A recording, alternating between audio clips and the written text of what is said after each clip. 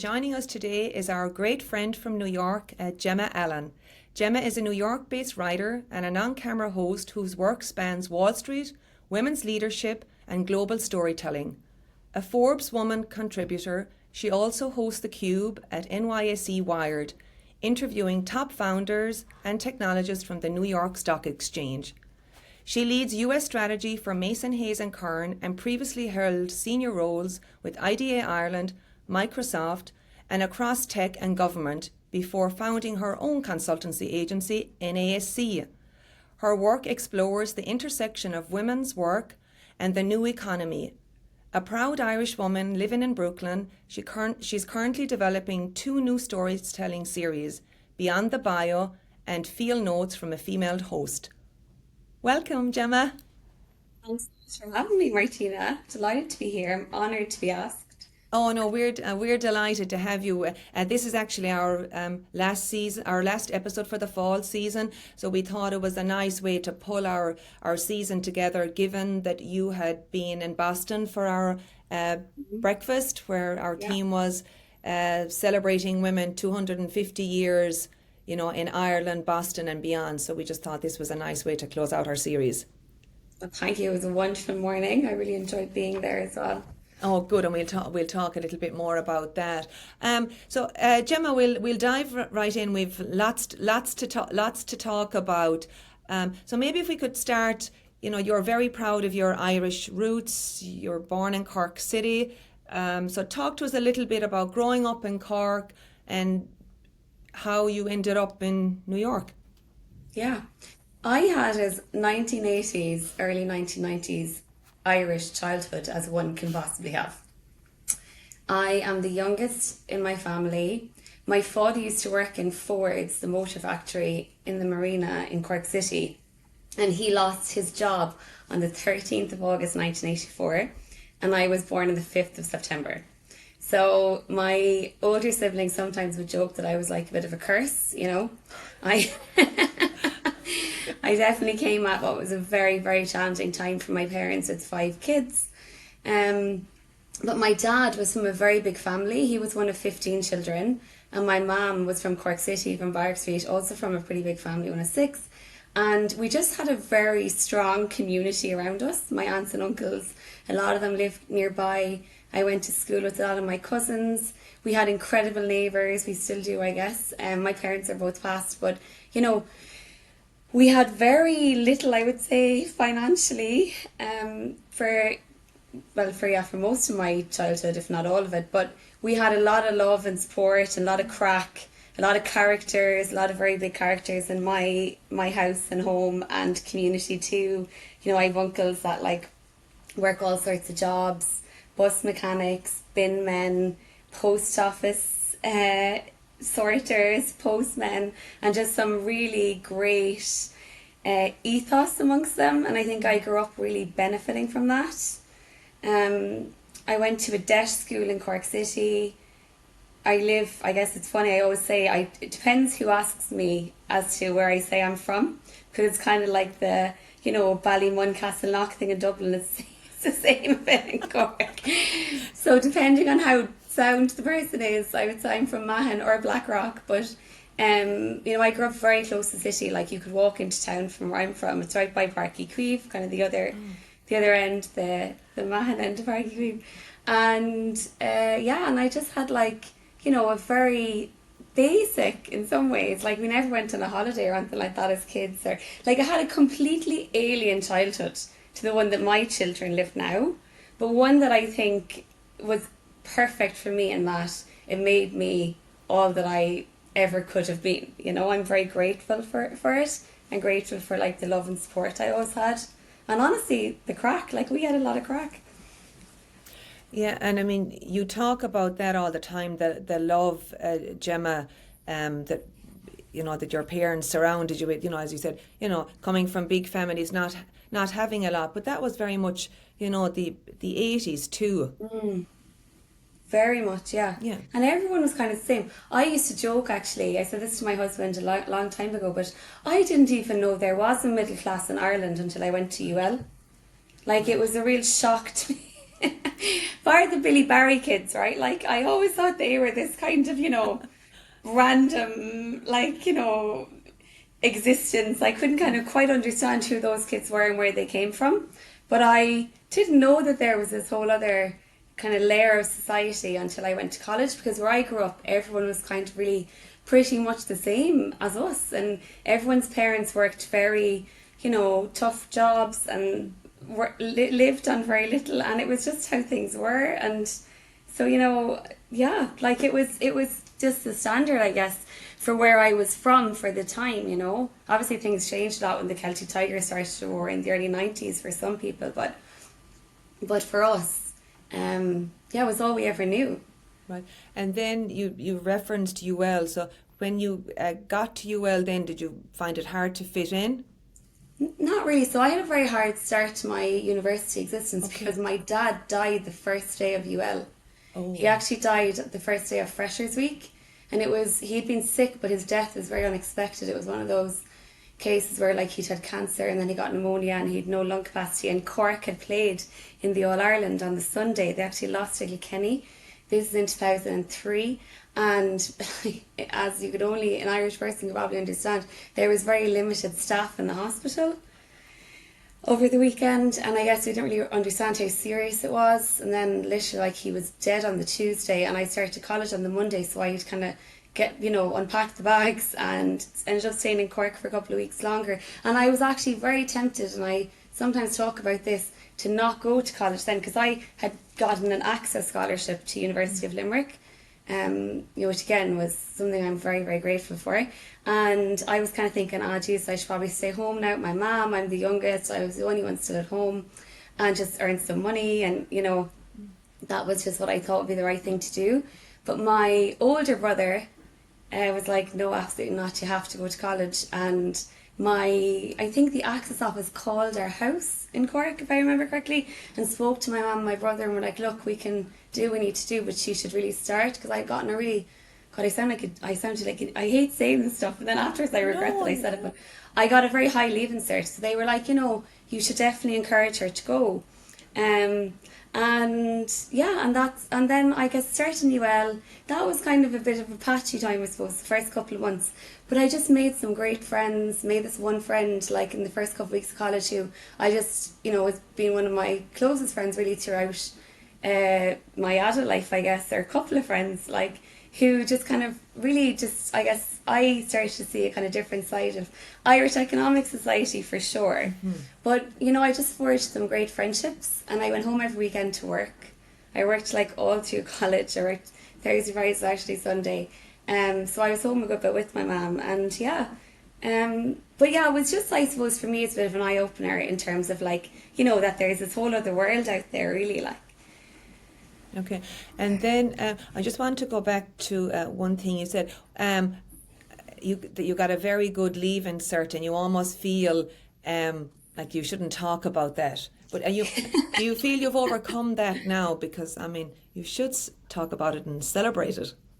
A little bit, but it's funny, I always say to people, I never get nervous before I do anything, like before I go on a show, or even now when I'm hosting live, it's afterwards I start to think, oh God, why did I say that? Oh Jesus, oh God. I get that, like, you come home after a few drinks too, and like, oh my God, I overshared, Even the night we met, Martina, like, I've told you my whole life story. I know you did. You're lucky I had a couple of drinks too that night, so I don't... Jesus, I remember thinking that woman's going to think I'm mental. No, but but yeah, I guess, I don't know, I think it's an Irish thing, right? You never want to be like, oh, I was really smart, or I am this, or I am that. You kind of feel a little bit of paranoia around how it makes you appear, I suppose, which is not the American way, for sure. Sometimes talk about that too with my friends and family. Here it's very much like she who beats her chest the loudest a bit. But it's not the Irish way, and I think I definitely have a bit of that Irish hang-ups, Right. And I suppose, well, I'm going to go back to the night that I did meet you in Washington at the dinner. I mean, there was just something about you, Gemma. You were so authentic, so honest. And I think that's why we've kept up the friendship. I just thought you were fabulous. Oh, well, likewise. And you are Thank you so fabulous. much. Yeah, just no nonsense. That's what I really love about you. But to go back to, that's how we were raised too. Gemma, I'm the oldest of a big family, and it was kind of, you kept your head down and you were spoken when you were, what did they say? Speak when spoken to. Yeah, exactly, Children should be exactly. seen and not heard. Yeah, right, Or right, right. my mother's favourite line, if you're upset, I'll give you something to cry about. But only an Irish person would understand that. And then we're here now, and it's, there's nobody like the Americans to celebrate all your accolades. And I say, when my husband describes me, I talks about me, I'm there, who is he describing? I don't recognize myself, as my husband is American. You're in UL, definitely a rough start, Gemma, but you did not give up. So you graduated. Then tell us, what was next for you? I graduated UL. My older sister had gone, so my family, I should say, that my parents both left school at 12, 13. My mum went to work in dry cleaners, and my dad worked in Ford's. He was a car mechanic. But my parents, and that was, very much symbolic of the generation that went before too. And they were really fixated on education. Like my mum and dad in particular were they really wanted us to go to university. And my older two siblings, I have one brother who's 13 years older than me, and he had gone to UCC. My uncle actually, who was a postman, paid for him to go to UCC. He had no kids, my Uncle Redmond. And, we were just very lucky because they really wanted so much for us to have more than they'd had. Even my aunts and uncles and everything. The generosity was incredible, really, when I think back. And my mum and dad were so keen for us to go to college. So my sister had gone to UCC and then to Smurfit School, and she'd gotten this really good job with Michael Smurfit in London as his executive assistant.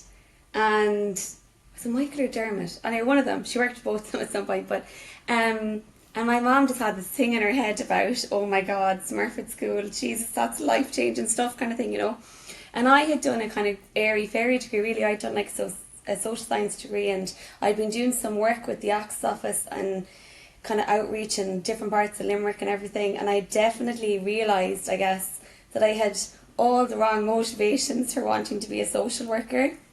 I really wanted to be a social worker because I wanted to really change a lot of the life and world of the people and around me that I'd grown up with. And I think in some respects I was kind of almost too emotionally involved in some of these things, right? I had a really hard time with some of it. Got a couple of talks too about just getting too close to folks and believing everyone's story and all that kind of stuff. I've always been a real empath. So anyway, my mum had it, you need to go to UCD and go do a degree in business. You need to follow your sister, follow Colette's footsteps. And she was just adamant, really. And honestly, I didn't know what I wanted to do. I still don't know what I want to do. I said all the time, I have no idea what I want to be when I grow up. But I kind of just went along with it. I was well, look, Colette seems to be getting on great. So, yes, I went to Smurfit School, did a master's in Smurfit School, lived for the year in Dublin, which is also great. And then, very unexpectedly, got a job at Microsoft as a graduate on their graduate programme, which again surprised me more than anyone, I think. And then it kind of just went from there, really. That was again just another window into a whole other world of tech and really smart people and really nice people and people who kind of brought me under their wing, I guess. I had one team in Microsoft I was on when I was very young. There was 11 of us on the team, I think 3 women and 8 men, and a lot of them were really engineering focused, right? They had really kind of very logical engineering driven backgrounds, and I was completely for the birds, and I went through a really bad breakup as well, and I'd be sitting at my desk crying at my desk. And I remember one of the girls saying to me, if those lads weren't so sound, you'd have been fired by now. They were just so good to me. And yeah, and Microsoft was just a real like life-changing experience, I guess. Got to travel a lot in a couple of jobs I had there. Spent a good bit of time in Brazil and parts of the US, and yeah, and I just like realized, oh my god, there's another whole other world out here of opportunity. And then suddenly I had a few bob in my pocket, and I was buying my mum and my aunt like Michael Kors handbags, and geez, I thought I was like, I literally thought I was Sheryl Sandberg, like, you know what I mean, 26, coming home with like suitcases of like, stuff from the US and from Century 21 and everything. It was just all so exciting. And yeah, and I think, honestly, Martina, was the beginning of it all for me, really. And I'm sure it made you feel good that you could take care of your I mom. loved it. I still love it. I love coming home with presents for people. My dad's oldest sister, my Aunt Joan, who I loved dearly, lived in the US. She came in 1958, and she would come home every summer with a suitcase loaded with toys for us. And it was honestly better than Christmas. It was the best day of the year. But I always like remember that feeling. So I love bringing stuff home now for my nieces and nephews and like my cousins and stuff. Yeah, but it makes you, I mean, I think all of us that are away, I mean, it's lovely to bring something home. Absolutely. So then do you think, Gemma, that job at Microsoft, did that kind of give you, the travel bug for the US, and definitely opened up your eyes that, there was huge opportunities for you if you were willing to, I guess, step outside your comfort zone? 100%. I had done a J1 here in the summer of 2004. Okay. Tell us And I about worked in a that. bar in Times Square. Oh my God, it was like, that was another, like, if I ever wrote a book, I'd have to write almost a whole chapter on that summer. Do we need another podcast for that? Another episode? The absolute best story about that summer is there was 15 of us living in a 2-bedroom apartment in Woodside above this old woman's, like, kind of rented out the top floor of her house. And of course, I think we told her we were 6, and we were like literally, we were spreading like all over the place. But one of the girls had an incident one night. She had such a high fever that she passed out, and we had to call an ambulance for her, right? And when you call an ambulance in New York, they sometimes fire brigade come first. Yes. So there's like these 15 Irish girls in this, but all like, oh my god, the firemen come up the stairs, and one of them looks around and says, do any of you speak English? Was that the Cork accent they couldn't understand? I think he thought he was rating like a brothel or something, honestly. It was just so funny. But we had such a great summer, and I had this one friend who kind of fell in love with this fella over here that summer. And at the very end of the summer, I was like saying to her, we're having a sliced pizza in Times Square, which like now, for me, I never go to Times Square, but back then it was also very exciting. And I was like, what if we just didn't go home? What if we just stayed here in New York? And she was like, oh my god, my mom would kill me. But I think in my head, that kind of, what if I never went home, it was always kind of there. I just loved New York. I loved the energy of it. My aunt was here, my aunts were here. I just really did love it. And I was always saying to my husband, we need to find a way there, So when IDA happened then, which brought me to New York, like, it was like truthfully a dream come true for me. I couldn't believe it. Like, I still can't believe it. Yeah. I can't believe I'm here still, honestly. So you arrived, Gemma, in what, around 215, is it? Yeah, late 2014, early 2015. Okay. Yeah. So just gotten married. I got married in October and then got the job in December. Oh, wow. Okay. So you land in New York. Okay. What were you thinking? I mean, I couldn't believe it. Like, I really could not believe that it was happening. And I don't know, it's just something about New York as a city. I just feel like no matter who you are, who you want to be, you'll find some sort of solace here. It's also a very hard city though, like I say that all the time. And sometimes I think the more you love New York, the less it loves you, It kind of teaches you a lot about yourself. But we just couldn't believe it. We were living like, on our own really. We knew nobody in the city. Like, I had my aunts out in Long Island, but I had an uncle in Connecticut, but me and my husband, and we were kind of just suddenly like, also like very much just this duo, which again I think helps too, right? It's easier to move when you have a husband in tow, whatever. And we just kind of built like a little bit of a community of friends. And you know how it is, like over time that compounds and you make new friends, even though the one very challenging thing about New York is just how transient it is. We've made a lot of friends and got very attached to a lot of people over the last 12 years, and then they leave, and that can be really difficult actually. But yeah, we just kind of really leaned into it, and I think leaned into it professionally as well. I feel like it gave me like almost an audacity that I didn't have before. That's probably the wrong word, but like, a set of balls I didn't know I had perhaps. And yeah, and I just was like, I'm here, I'm going to make the absolute most of this.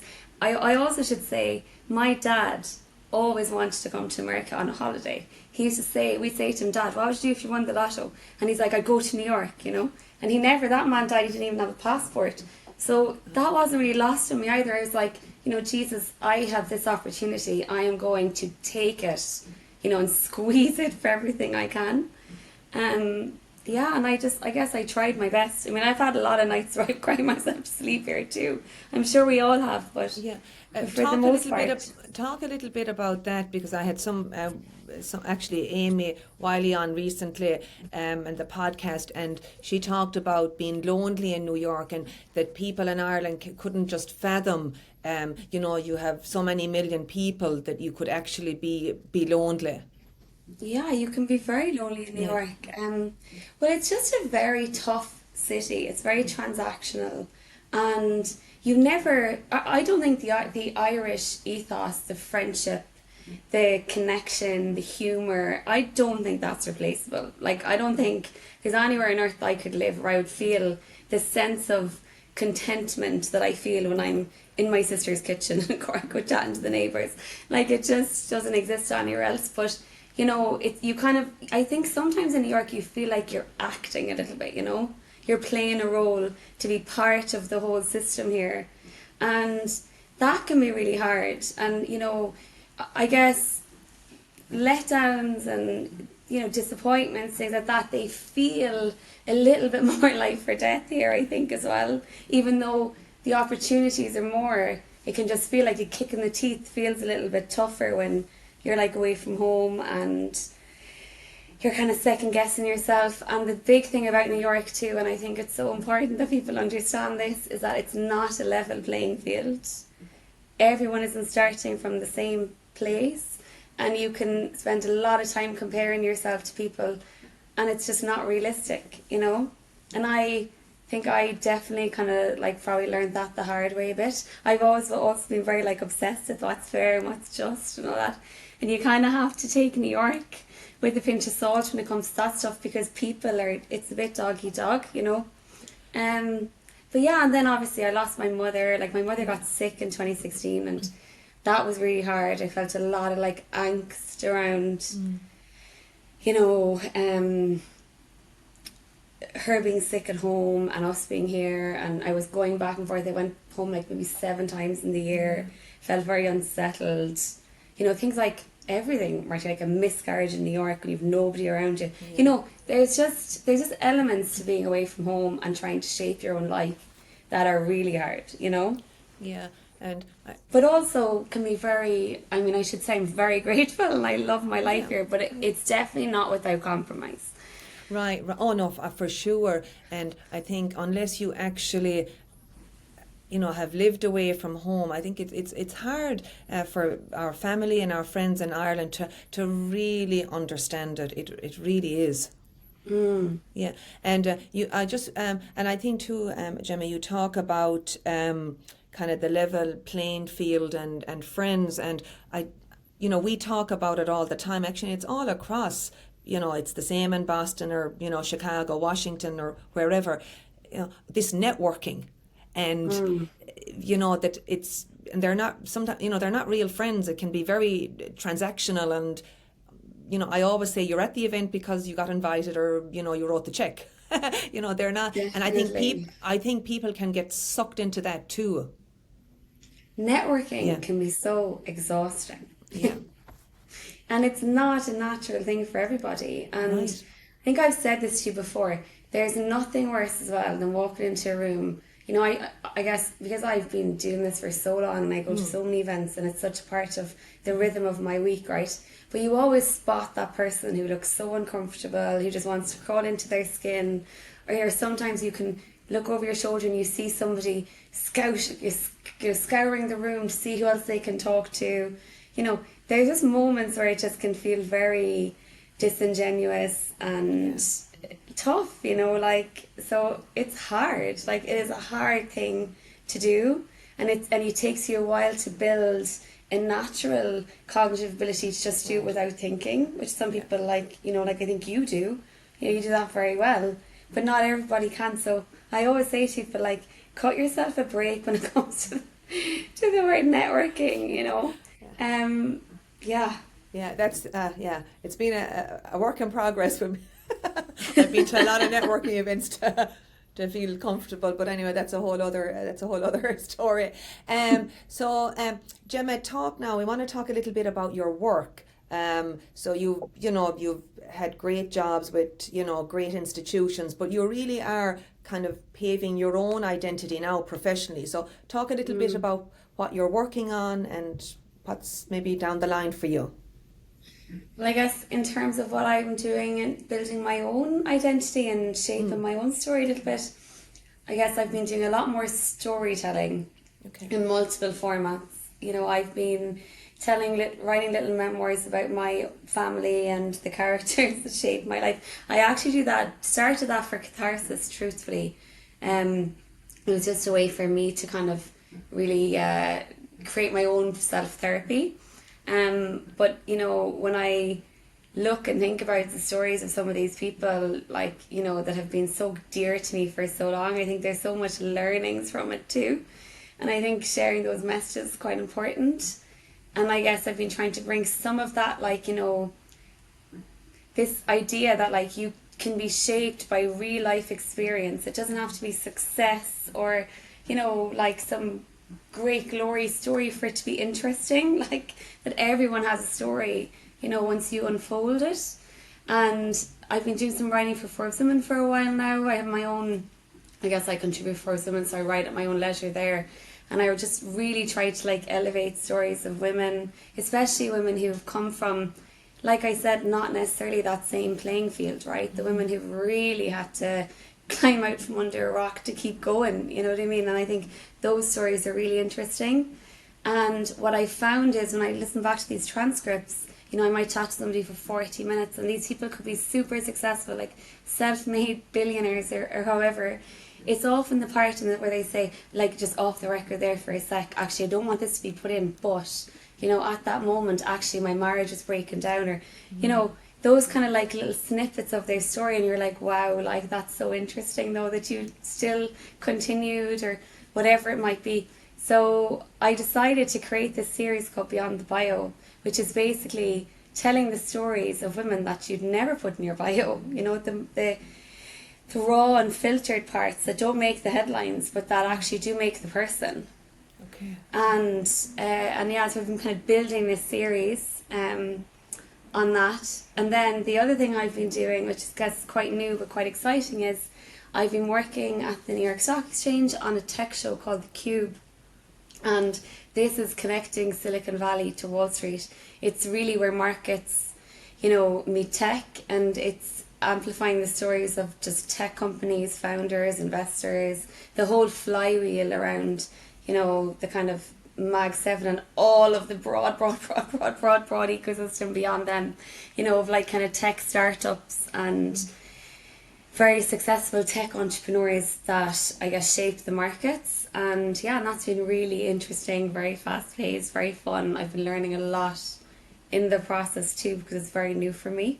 But yeah, and again, you know, just I guess trying my hand at something new, and you know, trying to keep the kids fed and watered. It's I suppose it's, you know, it's a volatile time, you know, with the markets and tech and all of that. So kind of, you know, what are you hearing, what, you know, kind of through year end or maybe Q1 of, you know, 2026, what we should be paying attention to? And even for, you know, for women in that space too. Yeah, well, I would love to see more women come on the show, and I would love to see more women invest as well. I think investing is just so important, and I think there's just such an inertia around it because we've been conditioned to think we just are naturally able to do this. And if you were naturally able to sit the leaving cert and do, get a C in maths, you can, or do anything, right? You can. We're all as capable as one another, regardless of gender. But in terms of what I'm seeing, or hearing and seeing, obviously, we talk about AI a lot, right, on this show. It is, the pace of AI relative to any other tech incumbent is just nothing short of baffling. It's mind boggling. If you were to try and do the numbers and compare it to like other big, people sometimes talk about like the emergence of the internet itself and mobile and all that kind of stuff, but the pace of this is like totally unprecedented.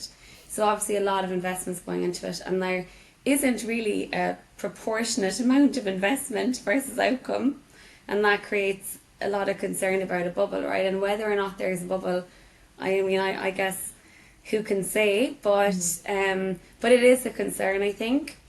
But I also think that the powers who be are really doubling down on it, and everyone is so behind it that I wonder, will it ever really be allowed to fail as significantly as some people predict it could? And I don't have the skill set. I'm not an economist to make that call, but I will say that it's where all the capital is flowing. Like it's that and a couple of other kind of niche spaces, right? But everything is in some way AI adjacent, even in biotech or fintech or cryptocurrency as well, which is obviously making a huge roar in the markets too, and has had a kind of very interesting turnaround in the last year.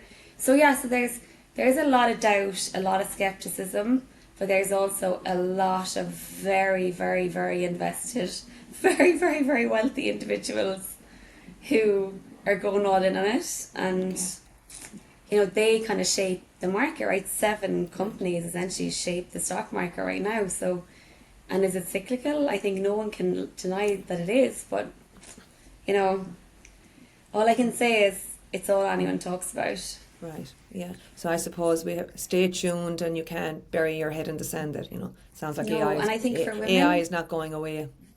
no, and for women, like as well, I know there's a lot of talk around why women are not really leaning in on AI or adopting it as quickly, or again, because AI really, the one good thing about it, like I think most people understand this, is that it has very high utility, right? The usability rates, it makes it easy. It's very, the interface is very straightforward. And I read that like some women aren't using it because they don't really think it's integral. They kind of think it's cheating on the job, and which I kind of get, right? Which is really interesting again, because it's all back to this way in which women are sometimes conditioned to think. But I will say that like there is definitely a race here, and it's kind of a case of like if you can't beat them, join them a bit. I think, and that would worry me when I think about those who are kind of going to be left behind by this wave, and why it is that women are a little bit more reluctant, because it's kind of like a massive wave coming at you, right? You either get up on the surfboard or you don't. And it's frightening, like I think for many, truthfully, but it is, I think something needs to happen with you as opposed to happen to you, you know? Okay. Okay.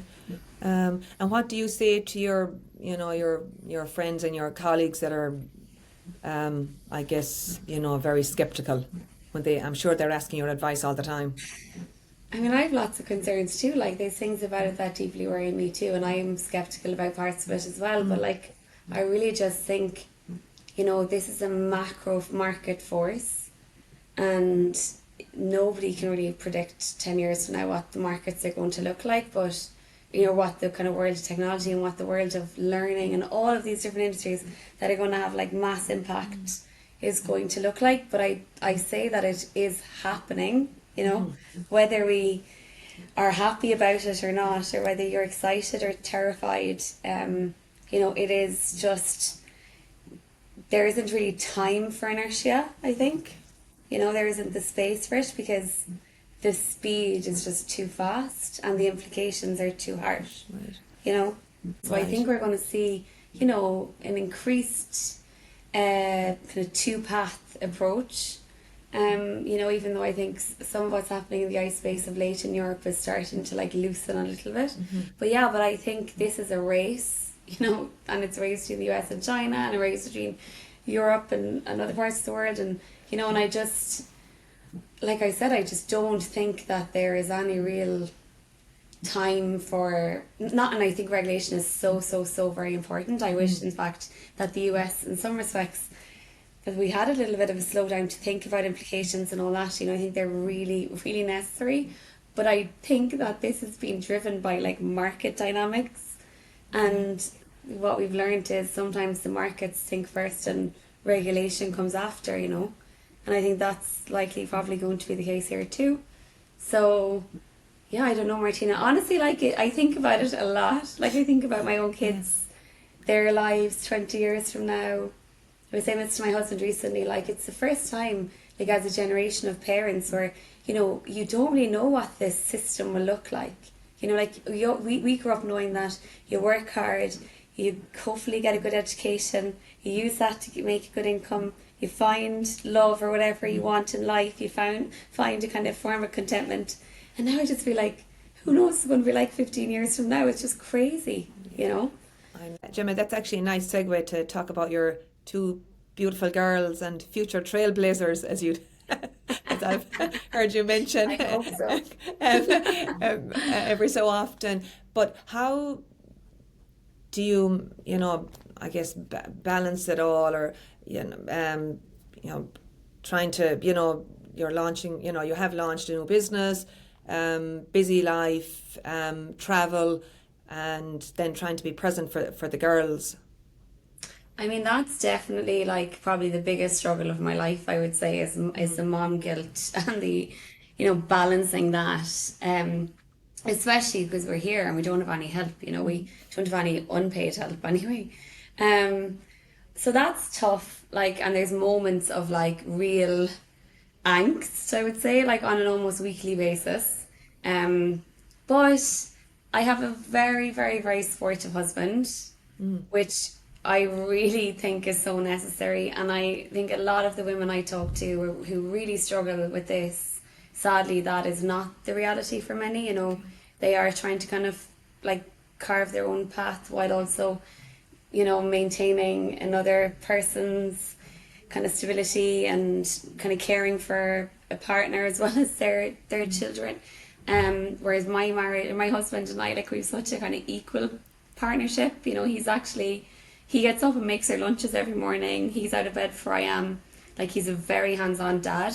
My husband's father died when he was 7, and I think it's like being a dad is a big part of it. Really means something to him, you know, and like it does to most men. But like for him, I think he really, it's like a whole other lease of life for him. He's just such a kind of good and hands-on dad, and he's a very supportive partner to me, and I'm very grateful for that, because without that I wouldn't be able to do half of what I do. I also sleep very little, like, and I don't pretend to anybody that I am drinking 10 glasses of water a day, meditating, exercising, do you know what I mean, like not getting Botox every 6 weeks. Like, I am, you know, literally doing everything I need to do, throwing money at every problem, and, you know, just to kind of stay alive, and, you know, not really living on caffeine and prayers and all that kind of stuff. You know, I do not have that kumbaya moment, like, you know, in any given day or week.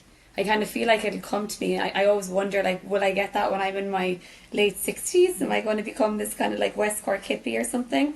I hope so, you know. But it's a compromise, like, and I sacrifice a lot for it. I love my kids so much.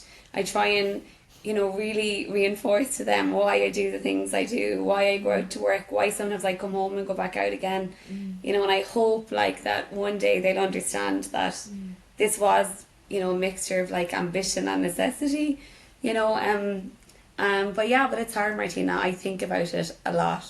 Yeah, and I mean, lots of my friends that have children here in Boston, like you don't have that huge support network like you have in Ireland, like where you can run down the road or call your sister and say pick up the kids from school, or, you know, whomever. Oh yeah. I think I sometimes miss that too, you know. Yeah. It'd be lovely to have that.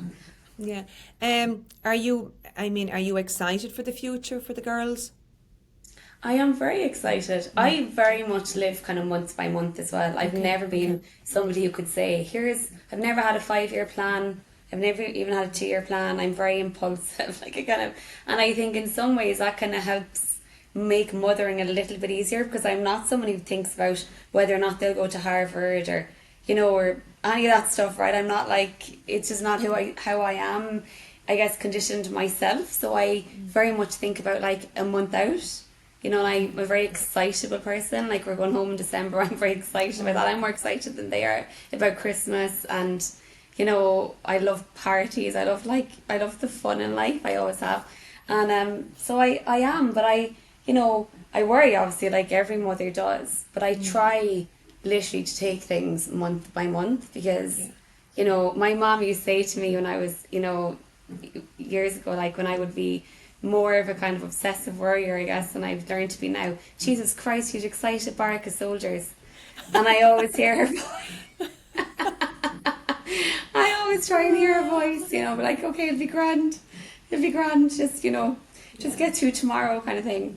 And yeah, I think that's the only way, I think in this day and age too, like I sound 75 now, but you know, it's the only way you can survive. Like you'd end up in a straitjacket if you if you overthink it, you know. Yeah. I mean, it's just there. Yeah, there is so much. Before we wrap up, Gemma, I want to just ask you a little bit about Manon, and something that you've said to me since we got to know each other is that you know you came to the breakfast, every time we chat about Manon, or some of your friends actually here in Boston that know you very well, you always say that it's such a welcoming space and that it's really genuine. But why do you say that? I'm just curious. I'd like for our listeners to hear it. Because I think that, you know, women are so sadly pitched against each other by society, right? Like, I think this narrative of like her versus her has always just done so well. This idea that we just come with drama and resentment and all this kind of stuff. And I actually think that's completely, you know, the antithesis of how I've lived my life and built my community and made my friends. And, you know, I value, you know, the women who grew up across the road for me, their opinion on elements of my life as much as I value, you know, friends of mine that are on 2 million a year. You know what I mean? Like, because I think lived experiences really shape who you are, but also shape your perspective, and you need that balance of perspective. And I think it's really important that as women, it doesn't matter what you do. It doesn't matter if you stay home with your kids, if you know, work 10 jobs, if you want to be the president of Ireland one day, or if you just want to, you know, work in a coffee shop and, you know, read books at the weekend or whatever. It doesn't matter. Like there should be space for everybody, and you can learn something from everybody, you know. And I think sometimes in the women's space, you have to kind of,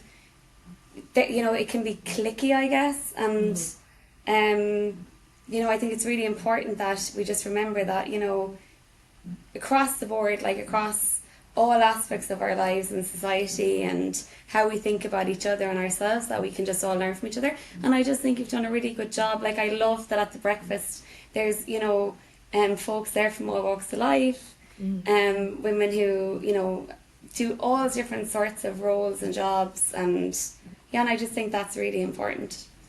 Okay. Well, we were delighted to have you at the breakfast, even though you came off a flight. Red eye. Thank you for being so authentic and honest. That's what we love about you. And have a great holiday season in Ireland. Thanks a lot. Thank you, you too.